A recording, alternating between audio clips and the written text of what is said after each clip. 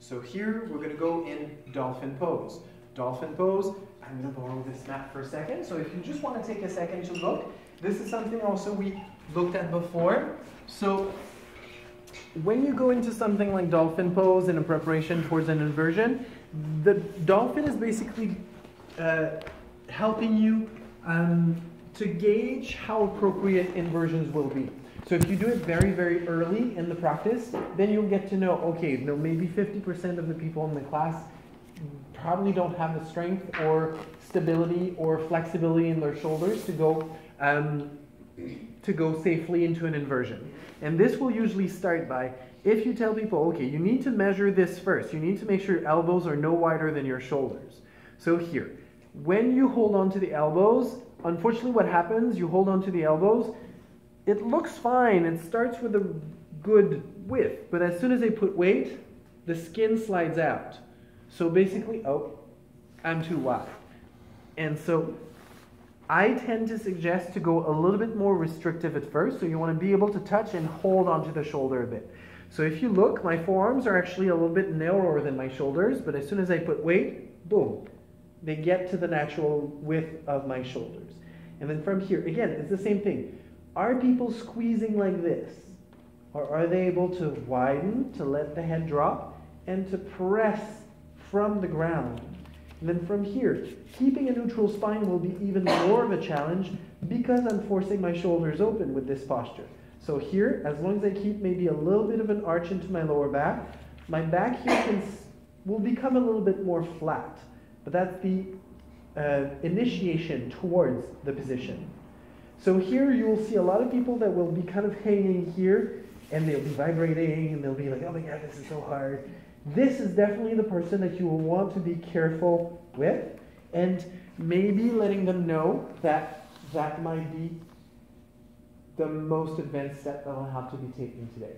Because until they realign, so basically from here to here, when I'm here, you see that I can align elbows, shoulders, and hips. So I'm creating a straight line, meaning that I can stack the pieces on top of one another.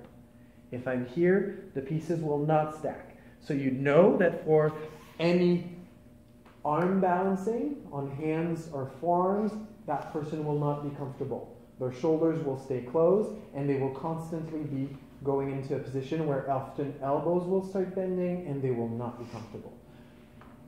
Towards headstand, though. So if we want to go towards a headstand, what you want to make sure of is that people will have sufficient strength so that if there's anything going on, and remembering also that there's supposed to be only 10% of your weight at first, you can go into this little thing where you send the weight forward, fingertips touch the nose, and then you move back. And here, it's really not the head lifting towards the nose, it's really the whole body going to the fingers. So my neck here should not be moving much. It can move maybe a little bit, but very little.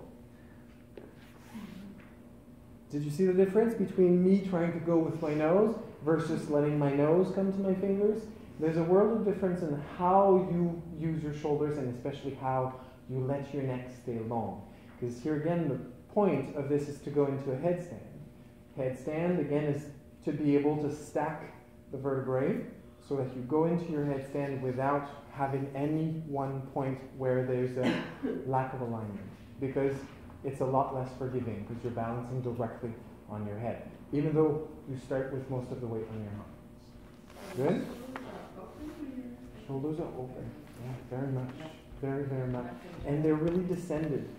Shoulders are fully pulled down because you want to give the space to your neck. If the shoulders start to creep up into your neck, there's a very good chance that then you start to kind of do these little things with your head like this. And so basically the weight will be caught somewhere in your neck. If the neck stays really long, just like when you're standing up, you stay tall. When we're standing up, we're not like this. Standing up with bent knees, the energy we're wasting is immense. So you want to grow tall. And so often when we're kind of like this is kind of the way that we never stay very long like this. We're constantly like and And so basically, this is a sign that we're uncomfortable. When we can stay anchored on both our feet, usually means that we're really connected. We're letting our weight pass right through us. When we're starting to do all of these thingies dancing, it's usually because we start being uncomfortable, and it's because usually we have stopped stacking ourselves. And so our weight is no longer passing through, but getting lost somewhere along the way. So, really good little exercise. So this is something that I want us to do maybe a couple of times, just to go from this variation of dolphin towards nose, maybe 5 times like this. And then we'll be going a little bit more towards the shoulder stand. So first, make sure that you measure the distance between your elbows. Assurez-vous que la distance entre vos coudes n'est pas trop grande. That's it. So here, ideally, you measure the distance between, and when you go in your dolphin, you don't need to have your hips extremely high. Make this so it's comfortable. So feet don't need to be walked really, really, really close. So this is not the headstand yet. On n'est pas dans l'équilibre sur la tête encore. On est juste en train de vérifier si on a suffisamment de force et de stabilité dans les épaules. This, of course, can be done on your knees. This is a really, really good adjustment, Robin. Beautiful. I'm loving this. Parfait. Donc, juste 5 fois, petite position d'enfant, 5 times, small child's pose if you need, and then let's just roll right back up. Beautiful. Nice. Really nice.